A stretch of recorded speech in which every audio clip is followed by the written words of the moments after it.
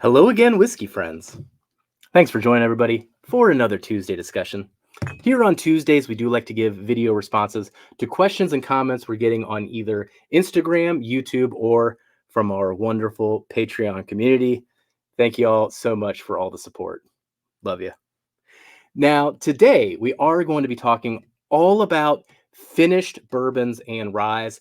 Got lots of questions there. Even got called out in the comments a little bit on if I was biased towards finished whiskeys. So I will address that in this particular video. The other thing I was getting questions on is, though, where to start with finished whiskeys? What finishes do I prefer? Where do I start? What companies are doing it? It's kind of the wild, wild west a little bit when it comes to finished whiskeys. And the heritage brands aren't finishing whiskeys as often as some of the NDPs and some of the smaller brands. Finishing whiskeys is something that someone does to stand out. Whereas for the heritage companies, they tend to only do it for special releases. But we'll get into that point as well. So if you're interested in hearing about finished whiskeys, stick around. Thank you for joining today, whiskey friends. Let's kick off the show.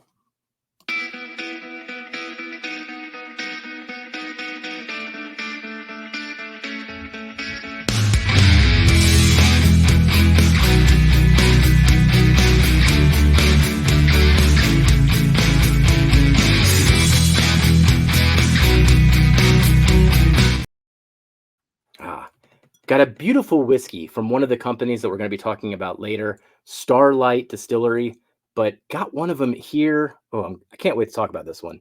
I haven't talked about it yet on the channel. It reminds me on the nose of essentially baked dates that have been covered in some maple syrup as well. No bacon, unfortunately, but still some good maple covered dates. All right. Going to get into that one a little later. I'll let that one air out. So let's get into some of the questions real quick here, and then we'll get into discussing Starlight. First off, one of the questions that I got was, does finishing bourbons and ryes actually improve the whiskey?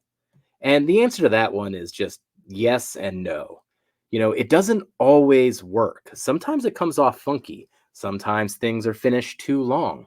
Sometimes things are finished in Calvados barrels and smell like dirty diapers.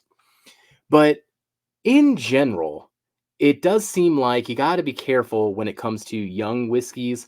Some people finish whiskeys to hide the imperfections, to hide the youth, and then that can just do a double turn and just turn the whole experience kind of sour.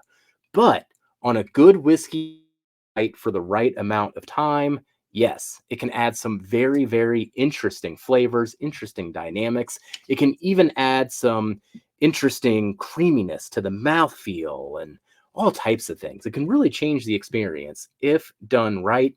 But I have had whiskeys that have not been finished that score just as high and are just as impressive. So it doesn't need to be finished in order to stand out, but sometimes it does help. That's where the next question comes into play. Got asked if I personally favor finished whiskeys over non-finished whiskeys when I do reviews. Simple answer to that one's no. Of course, behind the scenes at the channel, we have a database with all of our scores, and I categorize everything I can. Price, proof, if it's finished or not, what it's finished in, all of that, which then allows me, now that we've done so many reviews, to cut that data and see what the data is telling me. And if there was any bias, hey, maybe I can find it. And what you're going to see on the screen here is that the average score for a not finished whiskey is an 81, whereas for a finished whiskey, it's an 82. Not much of a difference, and frankly, my base sizes are getting higher and higher here. I don't think this is going to change over time either. I have good examples of finished whiskeys, good examples of not finished whiskeys. I've got bad examples of finished whiskeys. I got bad examples of not finished whiskeys. Works either way. There's a whole spectrum there. But in general, no, I do not review them higher just because they're finished. Solve that one. Now, the finished whiskeys, are they more expensive? That was another question that I was getting, and I realized I could actually answer that one through the database as well. On average, actually, I was kind of surprised by this. On average, amongst the bottles that I have purchased, which would essentially be the 68 finished versus the 162 non-finished that you saw on the prior screen, the average bottle that was finished actually cost $15 more. Ooh. So that is actually quite a steep price. I was surprised by that stat, but then again, should I be surprised? There are a lot of expensive finished whiskeys out there, and finishing a whiskey does come with extra expenses. They have to go through the logistics of dumping that whiskey into another barrel, aging it longer, losing more of it potentially to angel share, and just the spillage and all that type of process. Who knows? And then, of course, the price of the casks. Those finishing casks can cost a lot of money. And depending on what type of cask it is, it can cost more and more. So, yes, there are extra expenses, and those extra expenses tend to come to us, the consumers. So, then getting into how can you explore Finnish whiskeys in today's market? What brands would I highlight? Now, there was a time just a few years ago, circa 2020, when it seemed like all the MDPs were finishing MGP in order to stand out. A lot of the times they were finishing some young MGP that I was not a fan of. So, as I said before, it goes both ways. But it did seem like finishing whiskey was a huge fad that has since calmed down and gotten centralized, at least amongst a few brands, or turned into more special releases than regular releases or constant single barrels. Exceptions to those are Bardstown Bourbon Company, Starlight Distillery, and Rare Character. See a lot of finishes from their single barrel program as well. Now, when it comes to Rare Character and Starlight, yes, typically they are single barrels that are finished in those casks, and they usually do those as picks. Now, in the case of Bardstown Bourbon Company, they are actually producing a lot of finished whiskeys, things like the Amroot. We even got the Silver Oak that came out earlier. But they're doing some more mass releases, mass blends that are also finished. And they're one of the only companies I can point to that are doing that consistently today. Let us know in the comments what other distilleries you would point to on this list that are consistently and doing a good job finishing whiskeys today. The other thing that I mentioned off the top, when it does come to the heritage distilleries, your Heaven Hills, your Jim Beams, your Buffalo Trace, they tend not to finish whiskeys very often. And when they do, it's typically for special releases. Maybe you have something like Toasted Elijah Craig that is becoming more widespread now, as an example. But the Toasted cask, gosh, if you take away that, there's not that much going on that's too regular. And the ones that you will see doing it most often, other than some of the ones that we're going to go over here, are NDPs. It does feel like NDPs do this as a way to stand out. And if they got the process down, if they are being meticulous about how long they are aging it, man, they've gotten some special results.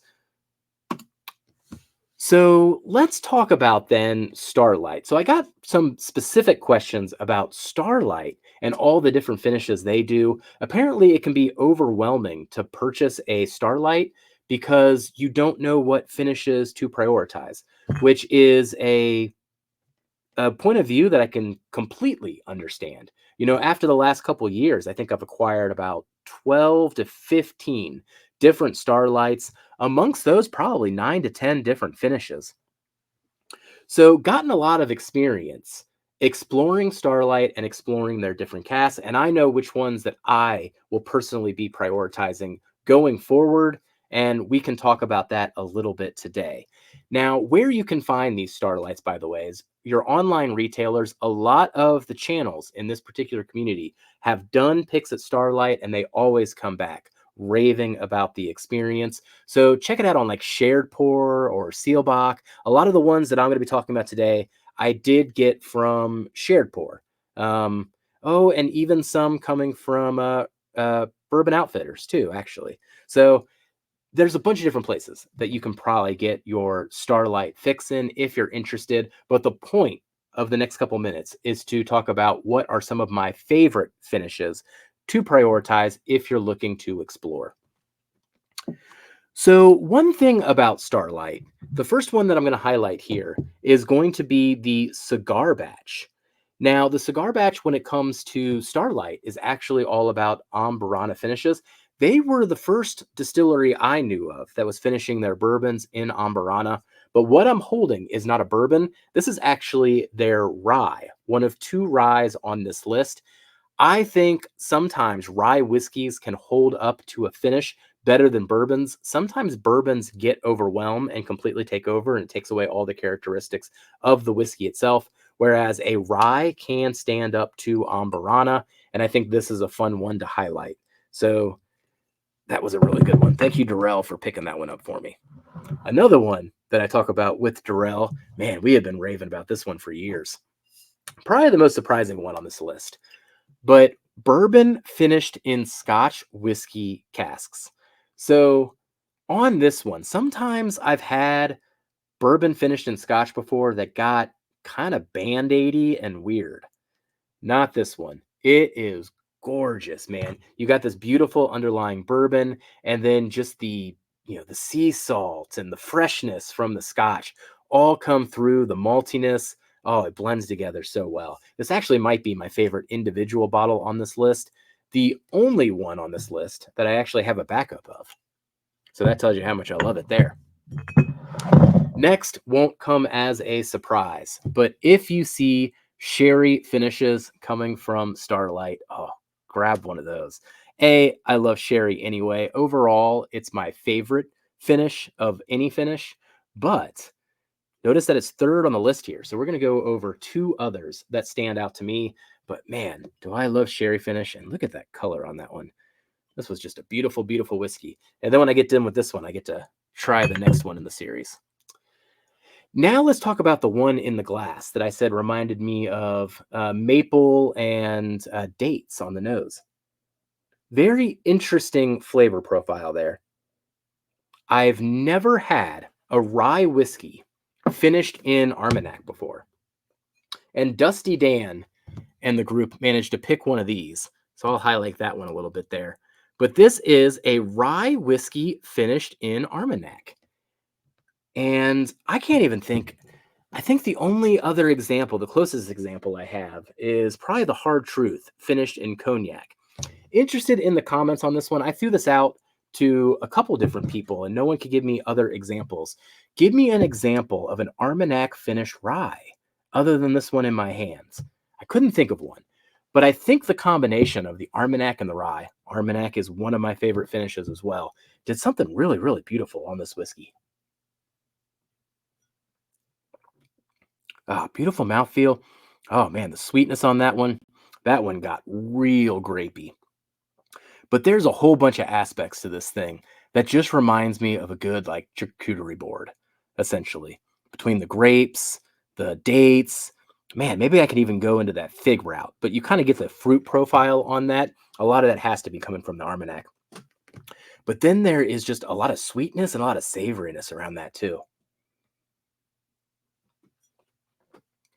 Not specifically going to get into like a cheese, but just all the garnishes around that charcuterie board. Absolutely delicious rye whiskey there.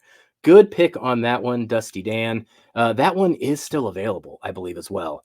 I think that is the only one on this list that I know of that is still available. But keep an eye out on these two because they're dropping on these sites all the time. Just because I don't know of one that's available right now doesn't mean there's not one available in your area or on a different site. The last one I am going to highlight. Oh man, now I got to pronounce this again. Pinot de Cherise. I always doubt myself, but I typically do say it right. Pinot de Cherise. This one was actually oh my God, this one's a pick from Matt over at ADHD Whiskey. Look at that absolutely ridiculous sticker there. But I got one of these locally from a store, actually bought two of them and put them in the advent calendar last year for the channel. People went crazy for it. And I happened to have Matt's tucked away still. I hadn't opened it yet. But after I tried that store pick one, I was like, oh man, there's no way Matt didn't pick something that's even better. One of the most unique finishes I have had, and I don't know any other brands either on this one that have finished bourbon in Pinot de Shiraz. Oh, I should have stopped while I was ahead. So I did pour a little bit of it in this frosted glass here to differentiate the two. I haven't explored this one in a while though. Oh, that's interesting. I don't know if it's the influence of the rye and what I just had before, but it's almost reminding me a little bit of a Caribbean jerk with like a salsa with a lot of fruit in it. Very strange notes, but it's got this like seasoning to it versus there being like baking spices. It's more of a seasoning type of thing. Ah, there's a lot of grape. Mm. Oh, yeah. That one's just beautiful as well. Not overwhelming on the finish part of it. Honestly, I probably did that one as disservice drinking the rye before that one. The proof on that one is much, much different. But yeah, you just get these beautiful flavors. You know, it's not too often those wine characteristics, whether it be from the wine barrel or the grape or, you know, even just some subtle tannic notes, any of that stuff lends itself well sometimes to a bourbon or rye. And that's kind of then the point of exploring these finished whiskeys. So if you're into exploring Starlight and you don't know where to start, those are 5 finishes I would recommend. 2 are of a rye, 3 are bourbons. A Scotch finish, sherry finish, and the Pinot de Shiraz of the bourbon. Or if you can get the Amburana finished on a rye or the Armagnac finish.